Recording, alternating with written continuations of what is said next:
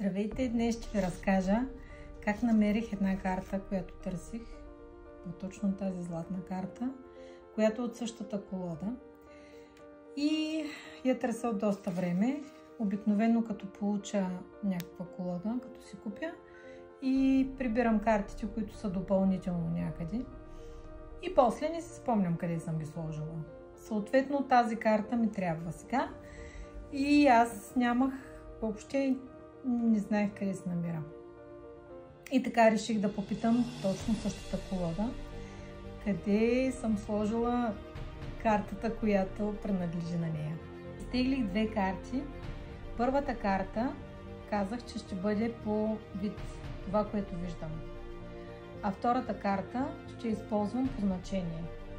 Но по принцип също винаги се гледа и самата картинка на картата. Нищо, че е по значение. Човек се ориентира и по двете. И така, какво виждаме на първата карта? Виждаме жезли. Тоест, тия жезли са като един вид пръчки. И понеже нещото, което търся, е в къщи, не е някъде навън. И съответно, веднага правя асоциация с това, което бих могла да намеря в къщи с такъв вид. Първо си мислих, може би са някакви химикали. Започнах да търся там, имам доста много химикали, принадлежности. Нямаше там. После реших, че са някакви оливи или пръчки. Пръчки, също да, пръчки. От тези, които са ароматните пръчици, може би. И там вече се насочих към мястото, където би могло да бъде. Насочих се, обаче аз имам ароматни пръчици на няколко места. И така погледнах втората карта. Картата се казва Светът. Естествено, че става въпрос за нещо, което се намира в къщи, т.е. няма да го търся по света.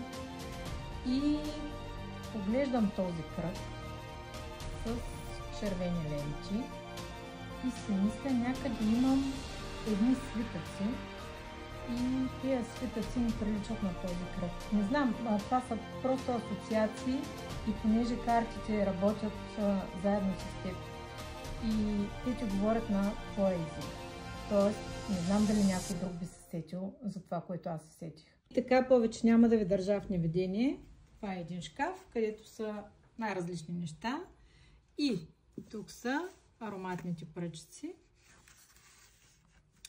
А това е този свитък, за който се сетих.